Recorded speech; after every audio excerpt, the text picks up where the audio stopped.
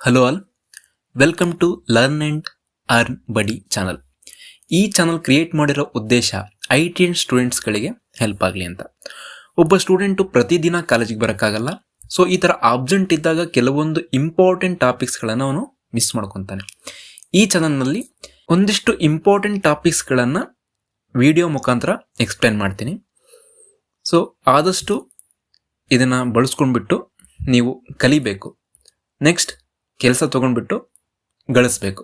So ಅದಕ್ಕೋಸ್ಕರ ಈ ಚಾನಲ್ನ ಹೆಸರು ಲರ್ನ್ ಆ್ಯಂಡ್ ಅರ್ನ್. ನಾನು ಫಸ್ಟ್ ತೊಗೊಳ್ತಿರುವಂತಹ ಸಬ್ಜೆಕ್ಟ್ ಯಾವುದು? Workshop calculation and science. ಇದು ಕಾಮನ್ ಫಾರ್ ಆಲ್ ಟ್ರೇಡ್ಸ್.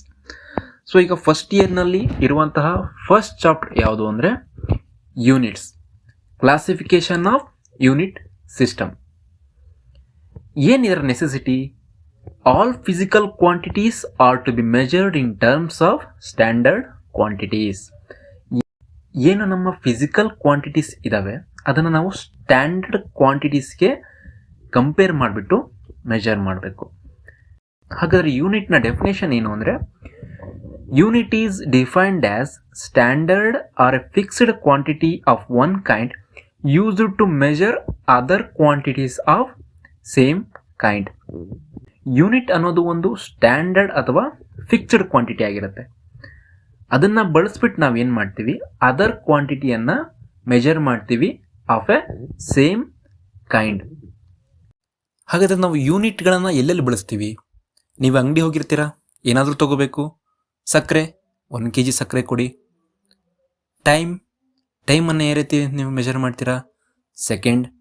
ಮತ್ತು ಎಲ್ಲೋ ಊರಿಗೆ ಹೋಗ್ತಿದ್ದೀರಾ, ಸೊ ಎಷ್ಟು ಕಿಲೋಮೀಟರ್.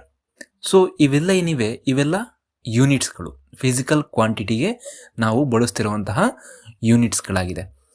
ಇದರಲ್ಲಿ ಕ್ಲಾಸಿಫಿಕೇಷನ್ನ ನೋಡೋದಾದರೆ 2 ಟೈಪ್ ಕ್ಲಾಸಿಫಿಕೇಷನ್ ಬರುತ್ತೆ. ಫಂಡಮೆಂಟಲ್ ಯೂನಿಟ್ಸ್ ಮತ್ತೊಂದು ಡಿರೈವ್ಡ್ ಯೂನಿಟ್ಸ್.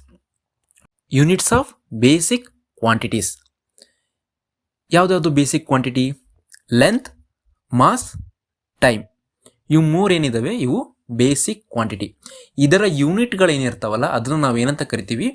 ಫಂಡಮೆಂಟಲ್ ಯೂನಿಟ್ಸ್ ಅಂತ ಕರಿತೀವಿ. ಹಾಗಾದ್ರೆ ಡಿರೈವ್ಡ್ ಯೂನಿಟ್ಸ್ ಅಂದ್ರೆ ಏನು? Derived units which are derived from basic units.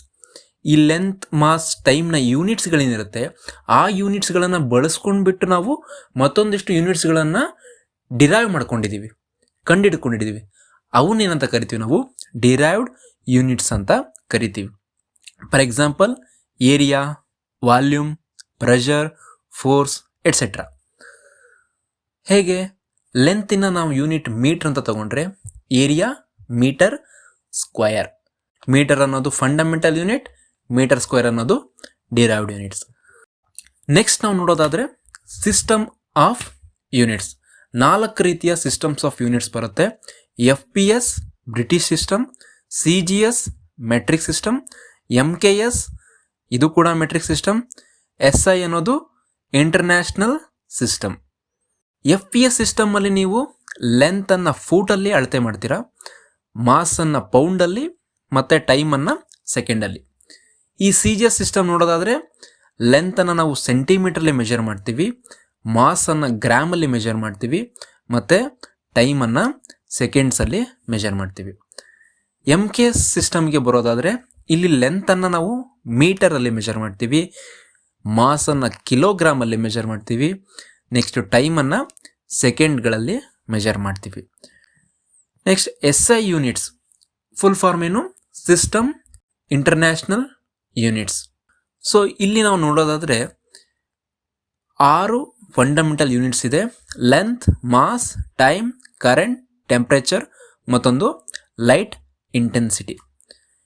ಈ ಟೇಬಲ್ನಲ್ಲಿ ನಿಮಗೆ ಇವಿಷ್ಟು ಬೇಸಿಕ್ ಕ್ವಾಂಟಿಟಿನ ಬ್ರಿಟಿಷ್ ಯೂನಿಟ್ಸಲ್ಲಿ ಏನಿದೆ ಯೂನಿಟ್ಟು, ಮೆಟ್ರಿಕ್ ಯೂನಿಟ್ಸಲ್ಲಿ ಏನಿದೆ ಯೂನಿಟ್ಟು ಮತ್ತು ಇಂಟರ್ನ್ಯಾಷನಲ್ ಯೂನಿಟ್ಸಲ್ಲಿ ಇದಕ್ಕೆ ಯಾವ ಯೂನಿಟ್ಸ್ ಇದೆ ಮತ್ತು ಸಿಂಬಲ್ ಎನ್ನೋದನ್ನು ಕೊಟ್ಟಿದ್ದಾನೆ. ಸೊ ನಾವಿಲ್ಲಿ ನೋಡೋದಾದರೆ ಟೈಮ್, ಕರೆಂಟ್, ಲೈಟ್ ಇಂಟೆನ್ಸಿಟಿಗೆ ಎಲ್ಲ ಸಿಸ್ಟಮ್ಸ್ ಆಫ್ ಯೂನಿಟ್ಸಲ್ಲೂ ಸೇಮ್ ಯೂನಿಟನ್ನೇ ಯೂಸ್ ಮಾಡ್ತಾ ಇದ್ದಾರೆ.